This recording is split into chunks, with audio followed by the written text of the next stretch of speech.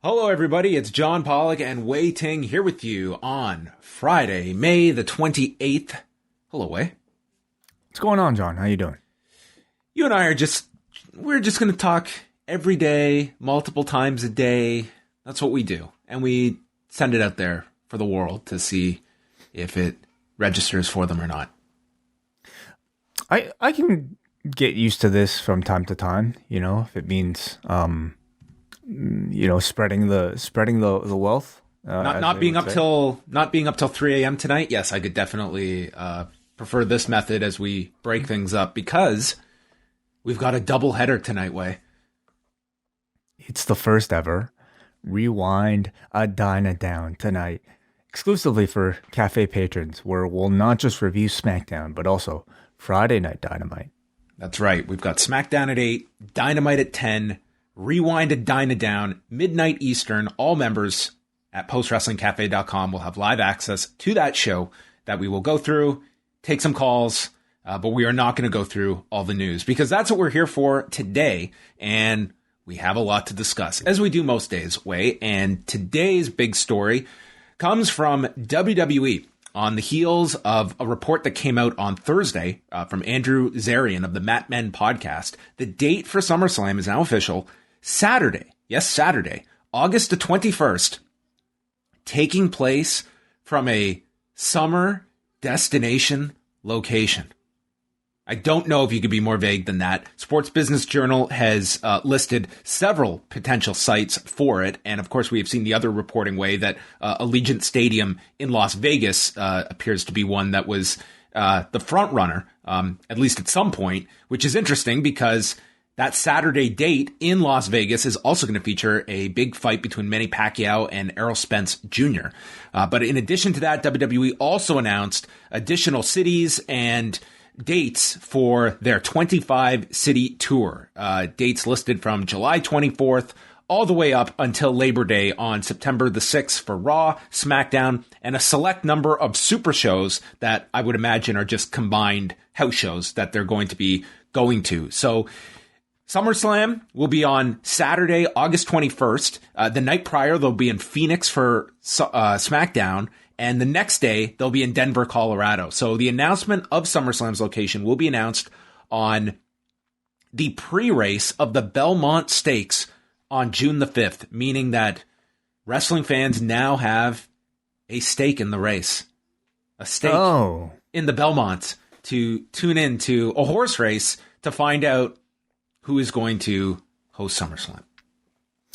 I don't exactly know what the horse racing / wrestling Venn diagram sort of how large that little crossover might be, but I'm sure in some way a wrestling fan will find out. And you know what? If you're the WWE, from what I gathered, the Belmont Stakes is a pretty popular event. It's a way to try to just get the word out to an audience that might not typically be aware of this type of thing. So why not? Why not? And as far as this tour goes, it looks incredibly ambitious. It's a lot of 4-day runs for much of the talent. I suppose 3-day for most of them. And then, just depending on whether or not they're on Raw or SmackDown. But a lot of cities that will be getting wrestling for the first time in a long, long time. Do you think this is a manageable, like this schedule could be kind of your future makeup in that it's not full of house shows every weekend? They're select markets and combining the rosters together for those house shows that make them a little more important than just doing a brand specific one. But this, at least these 25 cities, to me, it kind of is a middle ground between the old schedule and what they're presently doing of strictly television. Well, what is the difference? What did they used to do? I mean, before it was, Raw would do Friday, Saturday, Sunday, Monday every week, and SmackDown would be Friday, Saturday, Sunday, the occasional Monday house show. So overall, it's like it's not full on house shows and separate tours as well for them. I guess it remains to be seen how much they want to even commit to the house show deal. But in this case, I think with all the pent up demand, you would imagine, for live anything at this point, I definitely think it's worth doing something like this, trying to hit up as many of these cities as you can. And, really for the talent, I don't know if you'll get much complaint at this point, after being over a year off of the road. What do you think about SummerSlam choosing to be on a Saturday? I find it really curious. I imagine it would have something to do with the availability of some of these venues, which, I mean, that in itself I find a little surprising considering I still wonder how many. I suppose you have a lot of things that are running back up right now, especially by the time August comes around with baseball and everything. But, with the rumors being the front runner being Las Vegas, of all the places that you could do a show, picking the same place as a Manny Pacquiao fight, I definitely find that curious. So either it might not be Las Vegas or they are not that concerned. Yeah, I mean, to me, it was already surprising that they would pick the same weekend in Las Vegas, but the same night it's a very strange one, which, I mean, we will see what the ultimate location is. I can't say 100% it's Allegiant Stadium, but certainly there are those reports out there that is the venue I think most are expecting it to be in. It is a summer location, John. A summer destination location. Yeah, I would love to know what is considered a summer destination location and what is not. I would say, given that it was snowing earlier today, Toronto was out of the running. I would probably say so. And I think we can, rule out anywhere in the Northeast, anywhere north of in the United States. I think you can rule out. So it would have to be somewhere south. Now, what else? You wouldn't consider anywhere in Texas to be a summer destination location, although I'm sure it's really nice in the summer. But I imagine it'd be like a tourist town, right?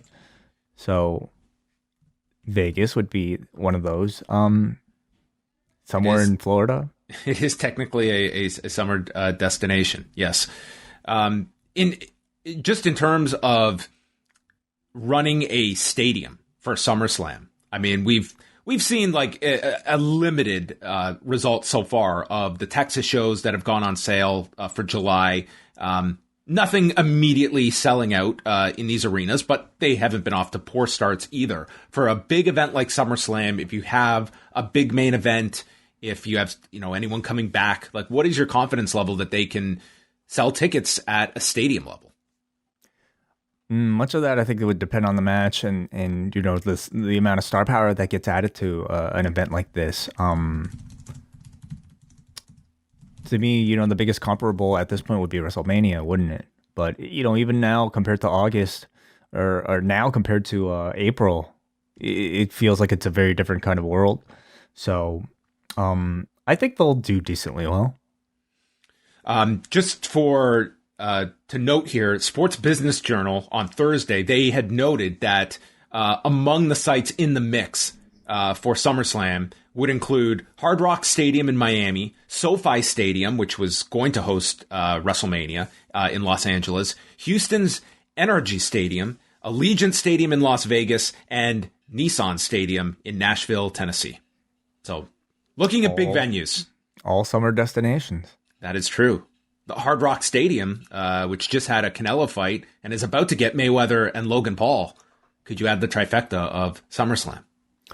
Oh, wow. Yeah, definitely. Huge. Let's be honest. The real reason they're choosing this date is to screw with you and me. Isn't that correct? Probably, yeah. I'm scheduled to be a groomsman at a friend's wedding that night. So unless that wedding date changes, I might not be available. Boy, they're really sticking it to us. Let's move on to another story that, I mean, is obviously going to get a lot of discussion, and it's really hard to gather what this will become, because it could be nothing, it could be gigantic. But from today's edition of the Wrestling Observer newsletter, it reads, in what could end up being among the biggest wrestling stories of the year, or a non-story, depending on the end result, Nick Khan has been in talks with New Japan Pro Wrestling about WWE being the exclusive American partner with the promotion. Right now, New Japan has been working with AEW and Impact, and has a relationship with CMLL and Ring of Honor. But things have slowed down with those companies since COVID. Obviously, there are a million questions regarding such a deal if it was to happen, and there are no indications where talks are at past they date back to late March or early April, but it would include WWE sending talent and WWE top stars being allowed to work in New Japan if talks go anywhere. And then there's more on top of that, but those are the key notes in the report. So, I mean, Wade, there are people already making their dream cards online. I think it's kind of getting ahead of yourself that, you know, what are the stages of these talks? And the fact that if they're going back to March, early April, the fact is New Japan has been working with other companies. And if this does grow into something, that's huge. But it also could be something where, I mean, this is very unlike WWE, but kind of goes to show you that Nick Khan has a very different vision, and it shows you the adaptability that a Vince McMahon has, that I would liken to Vince McMahon is always going to be in the driver's seat with his hand on the wheel, but it feels like Nick Khan is the GPS of this company. Oh, I like that analogy. There you go. I'm trademarking that. The OnStar of the WWE, Nick Khan. Okay, interesting. Well, it is certainly a fascinating one that I think, you know, has fans either salivating or dreading if it does in fact come true. I think from a strategic perspective, you definitely see the reasoning behind it. And I think, you know, beyond perhaps, you know, if you're Nick Khan wanting to create that more of that maybe sports-like atmosphere attached to the WWE product, of course, it's also cutting off New Japan Pro Wrestling's ties to its other partnerships, primarily AEW.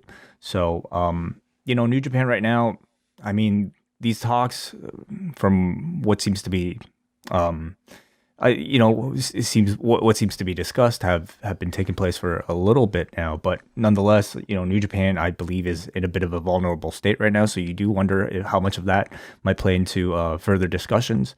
Certainly, it's a company that's wanted to increase their foothold in the U.S. And obviously, over the past year and a half, that's stalled big time. Major. But, you know, is a partnership with the WWE going to help that? Or is it them basically giving that up and saying, hey, we know we're not going to be able to compete with you, but at the same time, we want to be able to make money in the US, and with your help, we can do that. Of course, the other question is, if you're a WWE fan, or if you're not a WWE fan and somebody who's just simply watched, you know, the way that they've been able to integrate their past partnerships and with other companies around the world, you're probably looking at this and thinking, this is not going to be good for New Japan Pro Wrestling. This is not going to be good for somebody like a Kazuchika Okada or whoever. Like, people are joking, oh, Okada on 205 Live. People are making jokes about Kenta, who's just like, you know, spent years trying to get away from that whole thing, and now might find himself back into the system. I mean, of course, if, you know, down the road, if all this happens, their track record of integrating some of this, you know, these talents is certainly questionable. And you would wonder, even if something like this were to occur, how big of an extent this relationship would be. Would it simply be something that was relatively hands off and separate from Raw and SmackDown, like you might see, you know, with, you know, past integrations of New Japan talent in NXT or you know, NXT UK or something like that? What do you think, John?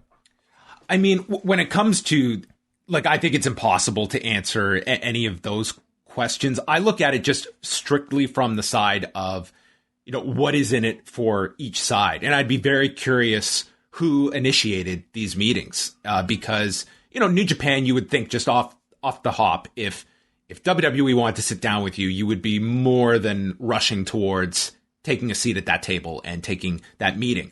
I think that is exponentially so over this past year, where you can see that New Japan, I don't know if needing a life raft is an appropriate, you know, metaphor, but, you know, they are lost, and a GPS could help them get back to the road, get back to the highway of their destination. And if you're WWE, yes, there's certainly the incentive of having an exclusive relationship with New Japan that is not funneling talent to your competitors. There is, for New Japan, I mean, the idea of, if a Nick Khan could say, we would distribute your content and take a healthy percentage of whatever deal we get, New Japan getting a percentage of an American TV deal, of which, I mean, there would be no one more impactful than a Nick Khan that says, I can sell your product in the US. That becomes very advantageous. When you hear stories of New Japan talent, probably, of the unrest, of a lot of questions, you hear a story like this. Does this give you a bit of a reprieve that let's get through this? And if there's something like this at the end of the tunnel, for some, they may look at this as bad. I think a lot of others, they would be looking at this as, at the very least, some financial stability if there is a clear-cut relationship in any form with WWE. So I would say New Japan, I think they would very much be entertaining this. And with WWE, I don't think we're getting to this point where this story is out there, and if they did not want to be pursuing this in the sense that I think that WWE, if this had been New Japan knocking on their door and they have a courtesy meeting and nothing happens of this, I don't think this is much of anything.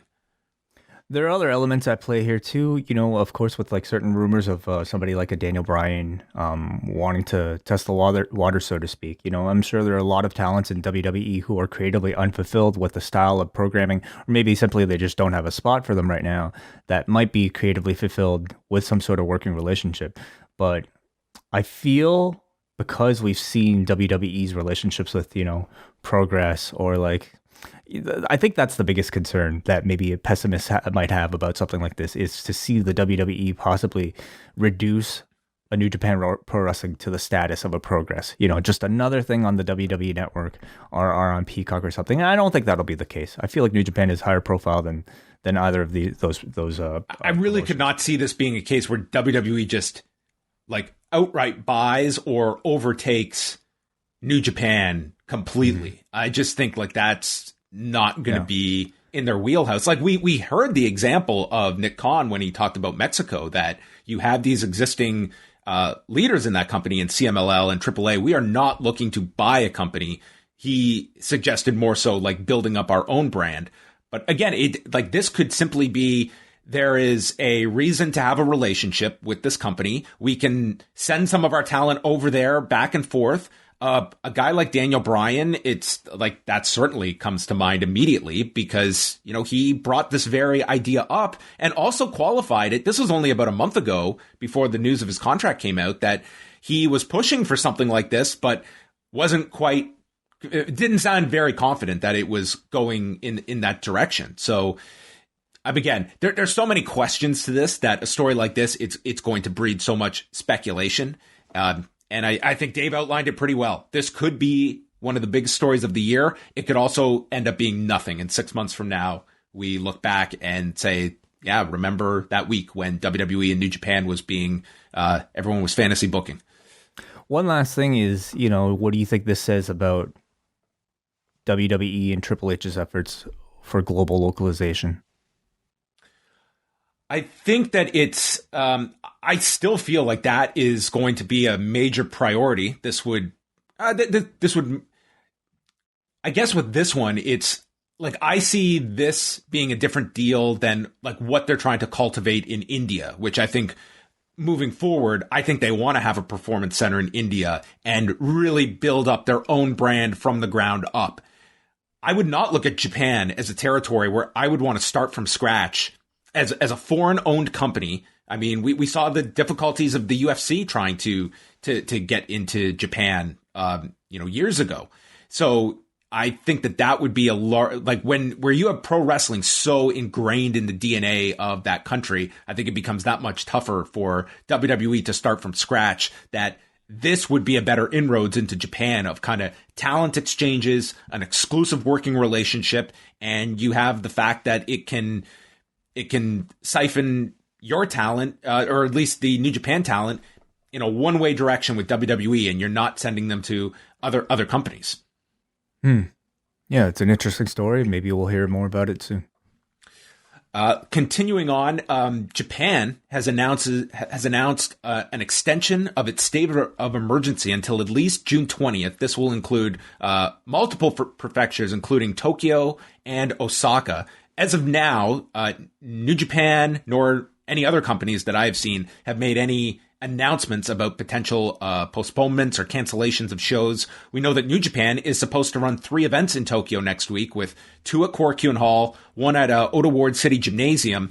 And then the bigger questions are next weekend, when you've got Dominion in Osaka and the Cyberfight Festival at the Saitama Super Arena, that, again, we have no card for Dominion. And that would be one that I think you have to be looking at with, at minimum, a question mark attached to it. And I think you have to make an announcement one way or another. Either we need a card or this show is off the books.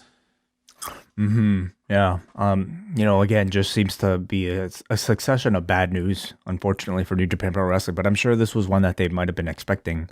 And the fact there were no announcements, I think they had to be expecting this state of emergency. It was extended to Monday, and I don't think anyone, looking at the numbers and where everything is, I don't think anyone expected that they were just going to lift that state of emergency on Monday. Yeah, and at this point, you really just have to wonder, how desperate is this company to have to run shows in front of like 200 people right now? How is this necessarily worthwhile for them when they're doing these shows off of such a limited roster? Is it better off to just take the whole summer off, or however long you have to until this whole thing sees itself through? It just seems to be a bad state for them right now.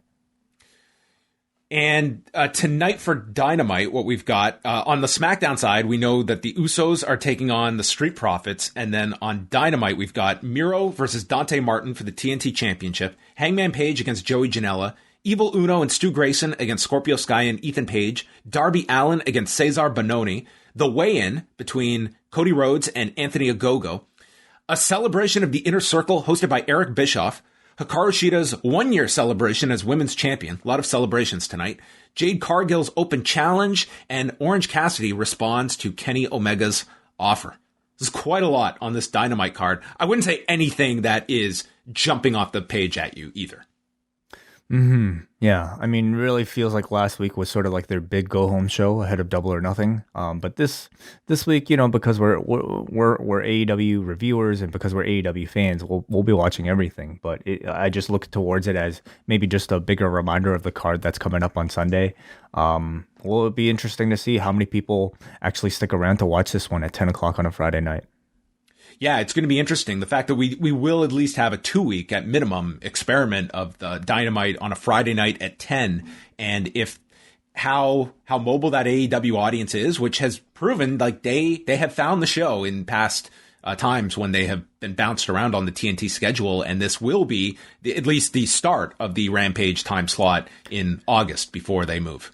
I do, like, this week I don't really feel the buzz for it. Nonetheless, I feel people will, the diehards at least will watch. I mean, it's the next week that I'm actually really interested in because it's coming off a Double or Nothing, and Tony Khan has kind of, hinted at big surprises and the beginning of a new era for AEW, starting with Double or Nothing and then extending to the Dynamite right afterwards. So I have actually bigger anticipation for next week, especially coming off of whatever we might see at Double or Nothing.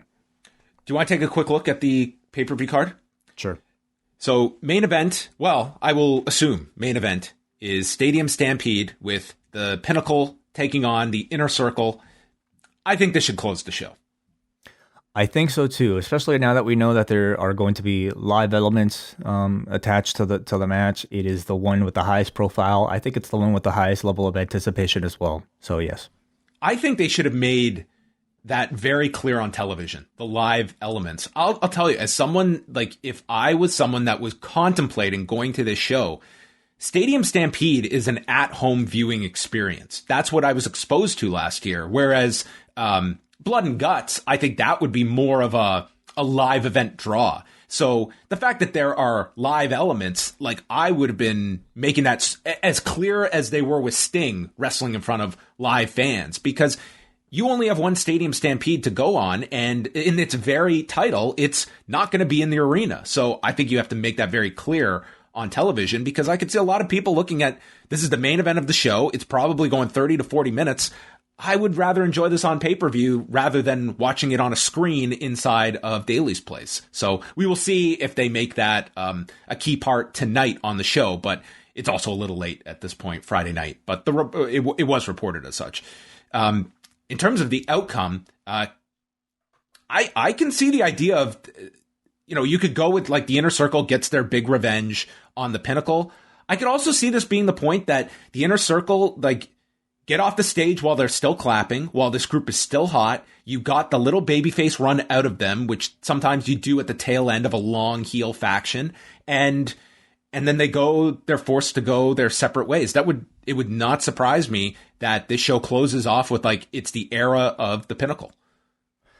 That booking, I think, would be pretty bold, I mean, the Inner Circle, I would say, are still incredibly hot. Maybe you can argue the hottest that they have ever been, especially now as a babyface. Huge merchandise sellers. Like, there's plenty of arguments against it. Yeah. Yeah, totally. But, to disband them right now would be a bold move that you wouldn't typically expect from a wrestling promotion. However, I agree that they'd be perfectly fine, each member on its own.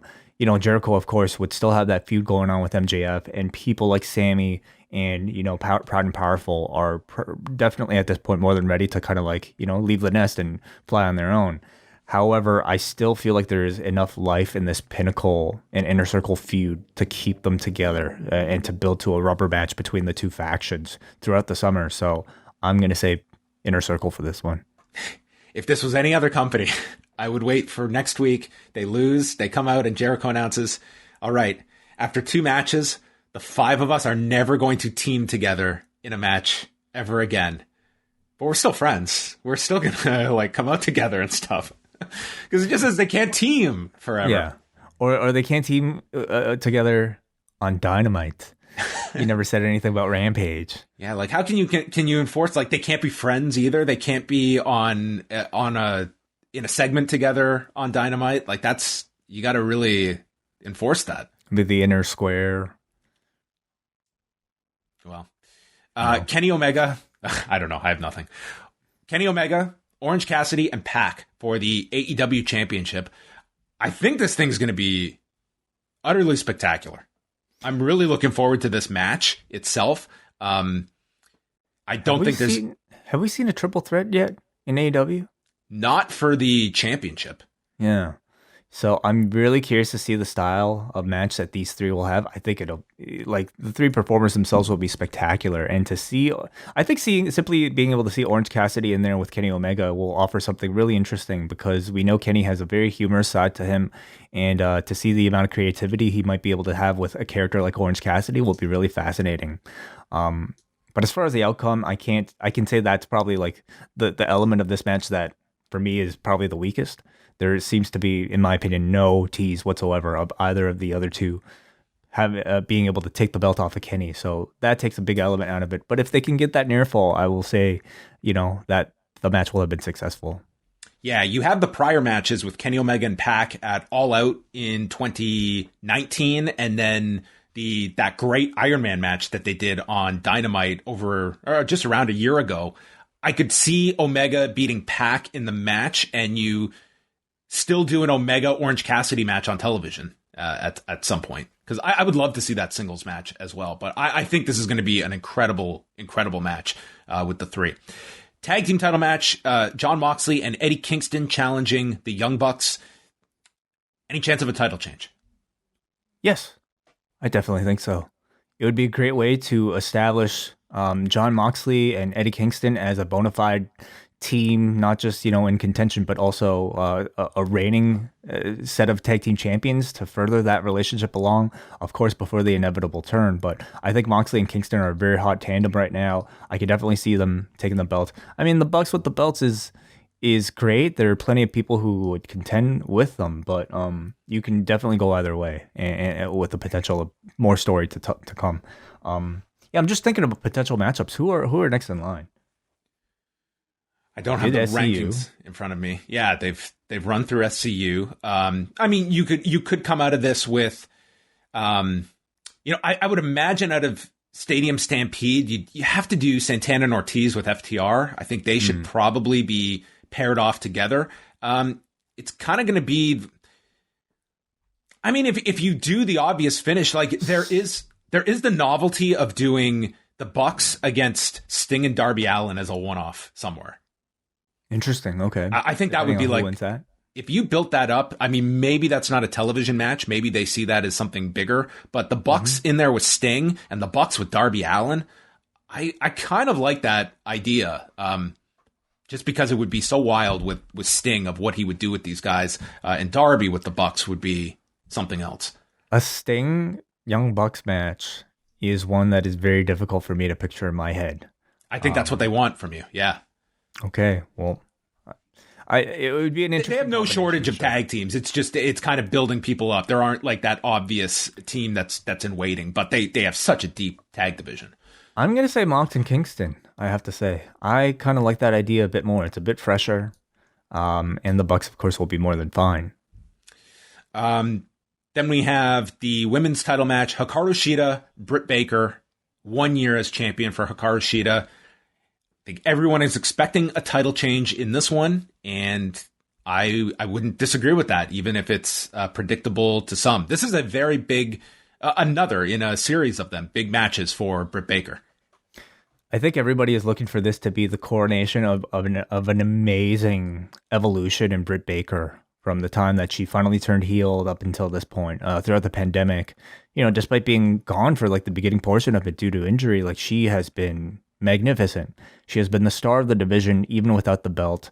Hikaru Shida has done a very amicable job. Excellent job, you know, especially when it comes to in-ring. But they have, to me, still not been able to figure her out as a character with, you know, story and promo. She's largely been an in-ring product, and that's great. But I think Britt Baker is more of a complete package, and you have a division, you know, with a heel champion lead like her, that I think would be able to greatly benefit. So I think I look to this to be a great match from both of them, and then with the final coronation of Britt Baker.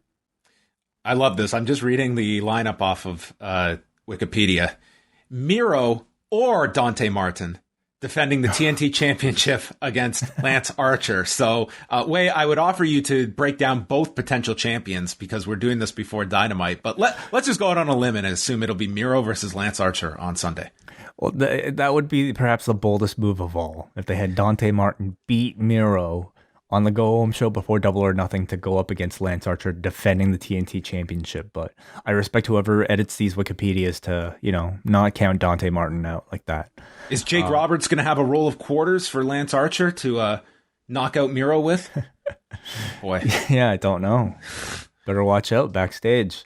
We will get to that right after this. Yeah, you know, Miro has been on fire. Like, seriously. You know, if you have not, for whatever reason, watched Dynamite over the past month, you have missed, like, a complete transformation of Miro from this video game joystick tapping best man bullshit character to perhaps the guy with the best one-liners in all of professional wrestling. His match with Darby Allin was fucking awesome, and the characters in the promo have been absolutely tremendous. So we're just getting started with this great run. I look forward to this one. I mean, this could possibly be Lance Archer's best match in AEW thus far. You know, two heavyweights who are incredibly mobile. I think you'll get to see Lance Archer do his best babyface stuff in here, but ultimately it's got to end with Miro continuing this run. Yeah, you're only scratching the surface. I think this guy, it's been very interesting to watch how this TNT title has been, like, the identity it's assumed, because each champion has had like their own very distinct reign that has given this title like all these different presentations. And you go from Darby Allin to Miro.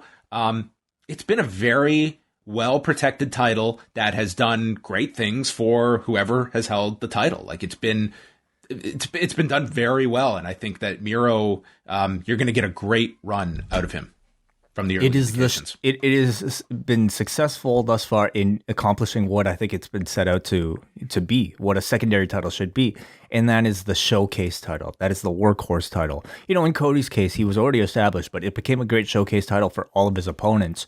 Obviously, for Brody Lee, you can say that, and for Darby Allin, absolutely. It hasn't really been even that long, that he's held the belt, but he's been so active with it, it feels like a long reign, and we can look for the same thing with Miro.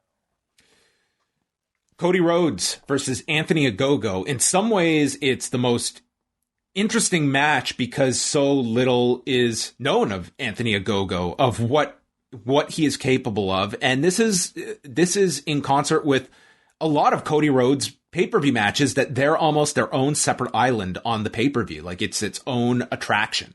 That's what I feel like Cody is on these shows. And this is going to be, this is going to be another test. But I mean, the people that have come out of the factory, they've been connecting a lot more than they've been missing. So I think everyone's going into this with that understanding that Anthony Ogogo is not going to be a fish out of water here, that he is going to be someone that is going to surprise some. And with Cody, like, he has been very, very good at being versatile with opponents and has been working hands-on with Anthony Ogogo. So I'm not going to be stunned at all that we are talking about this as a really great layout and presentation on Sunday.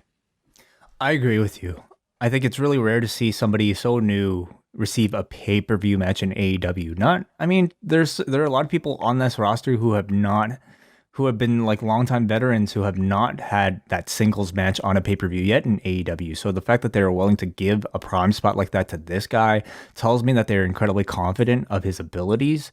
It was interesting hearing Cody talk about Ogogo, and kind of mentioning the fact that he is sort of the first real homegrown AEW talent that, they largely really just trained from scratch here. So this, I think, will be a big moment, not just for Ogogo himself, but, for AEW and that Nightmare Factory school, or whatever they call it these days. I'm really curious to see how the crowd reacts to this one. Certainly, we've talked plenty about maybe the divided reaction to Cody Rhodes' promo and really his character as a whole coming up until this point, where he's promoted as the babyface, but I think coming across as a heel for many people. But nonetheless, it is going to be in Jacksonville, Florida. We also know that he will return with his old non-Snoop Dogg theme, which I think will do a whole lot in serving that babyface reaction that he might be intending. So I'm really curious, not just about the match, but about the reaction for this one. Does Arn throw in the towel to save Cody? Ooh, interesting. I can certainly see the argument to have Ogogo win this. Oh, I definitely think Ogogo should win this. Don't you? I do too. Cody has sold a lot in this program. I guess it depends on where you are going with this, but I do think Ogogo should win this. But I mean, Cody's lost a lot of his big matches too. But he's untouchable at this point. He'll be over no matter what. Well, he'll be talked about no matter what. I mean, I can't necessarily say it'll be a babyface or heel reaction, but I think he could definitely afford the loss. Sting and Darby against Scorpio Sky and Ethan Page. I think this is going to be Sting and Darby's revenge, and they win this one. I think so too. The result is not even so as curious as what Sting looks like in ring without what did they call it? Non-taped, non-edited. His first match in front of fans in 6 years. Okay, they didn't say non-edited or anything like that. I don't know all the verbiage that has been used. They have pretty much said if you buy a ticket, you're going to see him in person, several hundred feet away from you. I know I'll be cheering for Sting. Unfortunately, of course, the last time we saw him in ring, the few times we've seen him in ring, in the past years in the WWE, I don't think he's looked really good. This is a tag team match situation where you can expect him to be protected, and I think we just hope that he has a great performance, and that he does his big spots. And I'm actually not completely confident that you might see the result of the babyface necessarily just winning, because I think the bigger feud coming out of this is Ethan Page versus Darby Allin. Yeah, I could certainly see like they've really set the seeds for that feud to foster after this one. I don't know. I see Sting winning here with the Deathlock. What I really want to see is them clear the ring. Darby hits his crazy torpedo tope to the floor, and then the camera just cuts to Sting's reaction and what he's going to do to follow that up. That would be funny. Yeah, that'd be great. And then rounding out the card, Brian Cage and Hangman Page, where the real challenge will be the commentary to call that one, and Serena Deeb versus Riho for the NWA Women's Championship on the buy-in, which I think is going to be great. I think the Serena Deeb matches have really carved out a place that you certainly want to check out. So again, this is another really strong card on Sunday, and it will be also interesting, the time allotment as well, the factor that the fans are going to play on this show and how hot they are. So I'm looking forward to the show Sunday. Yeah, I can't really say like top down. It's like the AEW card that I've been looking forward to the most. I don't even know if it would be like, top 50%. But to me, it as far as anticipation goes, it hinges on one thing, and that's Stadium Stampede. If they could deliver a quality event like that matches the caliber of the Stadium Stampede last year, and I'm not necessarily talking about comedy, but I'm just talking about entertainment. If they can deliver the quality of what they did last year, I think people will come out of this very satisfied. But top down, I'm sure the in-ring action will be tremendous throughout. Here's my one thing, because we did talk about this earlier, about like one of the big selling features to me on this show, among several, is the fans singing Judas. I think that's a big part. If they start in the stadium and you deny people that song, it's a real cool send-off if the Inner Circle wins the match in the arena and the show goes off the air with the crowd singing at the top of their lungs. That would be a pretty memorable end to this show. The complete opposite of how the last pay-per-view ended. That's a really great idea. I love that idea a lot. So maybe I'm going to switch. Maybe they should go with the Inner Circle now. You'll have a lot of those moments, though, between that and Orange Cassidy's entrance now. And who else? What's the Wild other Thing? big sing-along? Wild Thing, yeah. We also had the Casino Battle Royale. I guess a lot are looking towards Christian or TBA. And I guess TBA, I mean, you can have your pick of who it could be. I'm sure it's going to be an interesting name, whoever is in there. But I would say like the dark horse pick to me is Jungle Boy potentially winning this thing. Sure, yeah. I'm gonna say the TBA, whoever that is, because there are a lot of free agents out there in the professional wrestling world right now. I think Tony Khan has at least hinted that you might see somebody appear on this one, if not the Dynamite afterwards. So. I think there needs to be some big news event beyond just the wrestling on the show. Yeah, for sure. Before we wrap up, let's chat a bit about the latest Dark Side of the Ring. It was our second of two Ultimate Warrior documentaries this week. And this one, I mean, it was half the length of the A&E version, which, I mean, that comes with its struggles. And in this one, the prime interview subject was Sherry Tyree, the first wife of the Ultimate Warrior from 1982 until 1991, and then we had additional people interviewed. I thought Jim Cornette and Jim Ross, like, they came off like they were very clear in their negativity towards Warrior, but I thought everything they said was completely fair. I am not though that is their true and honest feelings, and I didn't think it was malicious. It was just, we're not going to just wax poetic about someone when that's not how we felt about them. Eric Bischoff didn't add much to me in this one.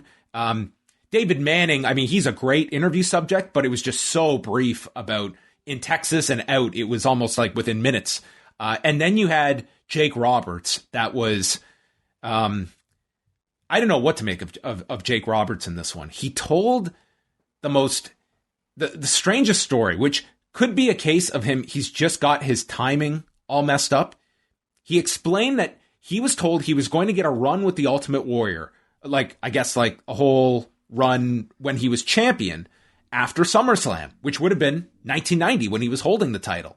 He then explains this whole scenario of him having to go ask Warrior for permission and pretty much getting lectured and talked down to by Warrior, which led Jake to just hate this individual, and says that he lost out on this house show run when Warrior got suspended.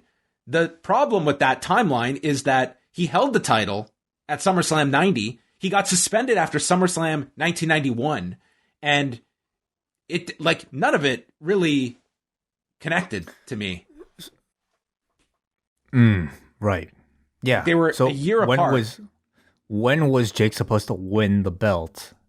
I don't know. I don't know if that was if his wording was just off. My impression was he wasn't going to get the belt. He was going to get a run with the Warrior and go to all the cities and work on top with Warrior. But I don't specifically mention, I've been waiting for a championship run.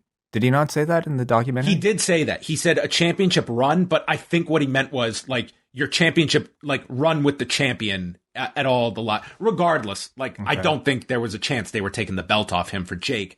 The other thing is Jake was a babyface in 1990, which is not to say they could have had plans to turn him. They desperately needed heels for Warrior. But again, this is one between that. And then he tells a story about at the Hall of Fame in 2014, he had a roll of quarters and was ready to blast the Warrior backstage with these roll of quarters. So, God bless Jake, but I was taking a lot of what he was saying with a grain of salt, and this felt like some wrestling tall tales from Jake Roberts in this. But I think my biggest criticism of this one would be it's about 25 minutes in.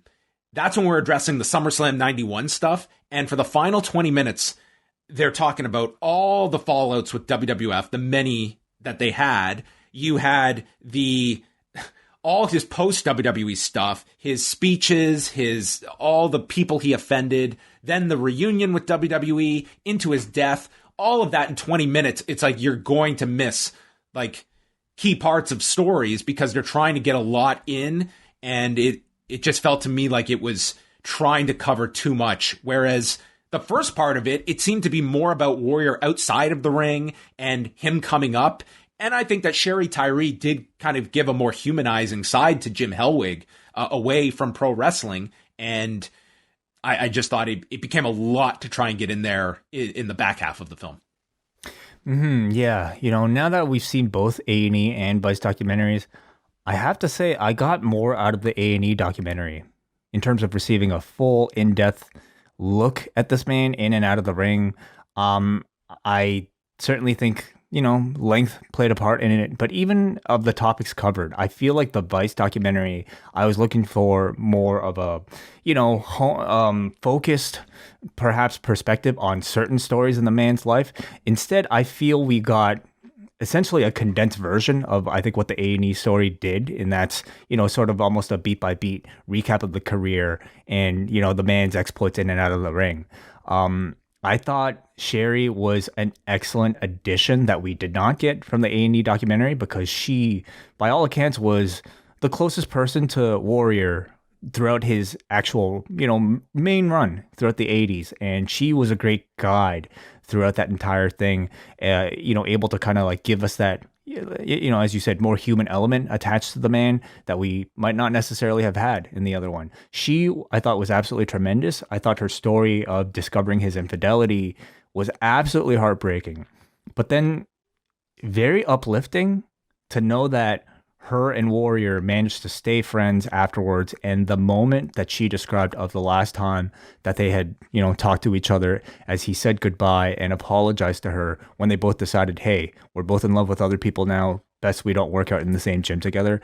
That I thought was incredibly mature and uplifting. And I thought provided like, a look at this guy who I think has had a reputation for being incredibly temperamental and immature, I have to say, but, having a very adult, like warm moment, I would say, in his life. So I really enjoyed that part. And comes from someone in Tyree that, I mean, she has no need to paint him in such a positive light. And she does. I mean, she is very open about why they broke up, and it was very much on him and what he was doing on the road. But, shared like what sounded like a very heartfelt final moment together.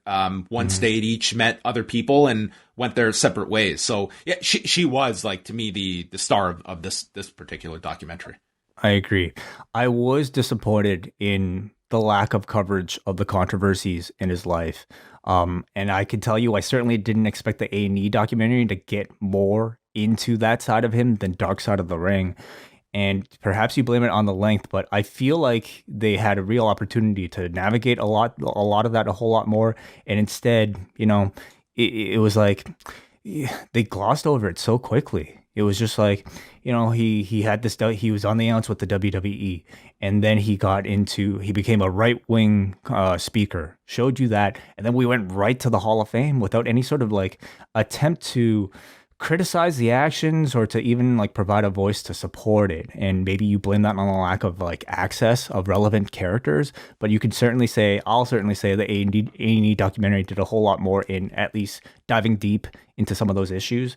I found it interesting how both documentaries seem to highlight his real problem with insecurity and need for a father figure, and how both of them seem to like hint that it was the Vince McMahon relationship that he really relied upon. So at least coming out of like both documentaries, that seems something of a universal truth you would think if you're taking just simply these two documentaries for a representative. But again, where like the A&E doc, I would say, like has a leg up is the fact that we actually get to hear from Vince, one of the principal characters involved in that whole relationship. They don't get into the steroid stuff at all. And even the SummerSlam scenario, like it was nice to have the supplement of like Jake being there, but I can't really say it did much more to lay it out than like the A&E documentary did. I thought like the Jake stuff, to me, it was like that kind of was like the biggest indication. Like you just had like a lack of people to speak to, and therefore a story like Jake's, like I don't know if you can do an Ultimate Warrior documentary in 42 minutes. Like it's just, I don't think it's possible. And if you are doing it, I think to your point, I think like the early days and the stuff with Sherry Tyree, very strong first half. And I think the second half, especially when you have a lot less talking heads, you go to that footage of Warrior and you really dive into post wrestling and where this guy fell off. And you kind of, your conclusion in those final few minutes is, how does that shape this man's legacy? We have presented like the wrestling side, and now you have people that grew up where he was a part of their childhood, which is going to be remembered fondly, juxtaposed with this individual who said some heinous things and shared some very troubling beliefs. And that is the Ultimate Warrior's legacy. And to paint him as a hero or a villain is your prerogative, but not everyone is assigned hero status. That should be in limited supply in this world. And it, to me, does not check the boxes as someone deserving of such. But that's kind of the Warrior story of how best you can condense it. But I think they had a lot, they had very few people to go into it. And then you get someone who's a captivating speaker in Jake, and he shares a story like that. And we spend this time talking about, the Jake stuff that to me really didn't add too much. I ultimately felt like this Dark Side of the Ring episode was a nice supplement to the A&E documentary, which I felt, now that we've seen them both, to be the more comprehensive look at the Ultimate Warrior. But together, I think they're both worthy watches in coupling. I would really like the stuff with Sherry Tyree, I think would be, it definitely does present like a different aspect to him. And kind of, it was interesting to see, like with Jim Hellwig, is the fact that, they don't get into it in the documentary, but, he eventually has a relationship with Melanie Pillman. And it led to, later when Melanie Pillman got together with Brian Pillman, there was great dislike between Warrior and Pillman. But after seeing, the recent Pillman documentary, like these two had an interesting connection in that they had a history of health problems in their family, with Brian's father dying young, Warrior's father dying young. And these both seemed like they were individuals that had that in the back of their mind, that we don't know how long we're going to be around, and we're in this constant race to, make sure that they can get to a certain point in their lives. And, Warrior, it's described in here, like he wanted to become something and become this big star, but you've also got that knowledge in the back of your head. And then, of course, he dies at the age of 54. Yeah, that's a really fascinating maybe connection. Where they definitely probably didn't have too much to share is perhaps their reverence for wrestling and, their willingness to study wrestling. And that was something that in this documentary they did not shy away from discussing. I thought Jim Cornette had just a hell of a great line when he said something to the effect of like, you have a guy who didn't care about getting better at wrestling, but he had the look. And in the 80s, there was one place for somebody like that to work in the industry, the WWF. That was great. I thought Jim Ross had some of the great line. Like, I'm sure people out there in TV land are asking, what the fuck is distrucity? Distrucity. There's a great section on the definition of distrucity. The truth between, what was it? Destruction and... The creating of a truce between one's destiny and one's reality. Yes, amazing. Destrucity. So anyway, that is the latest Dark Side of the Ring. We have two more to go. Oh, that's it. Wow. And they have two left this season. And this weekend is the Mick Foley one on A&E.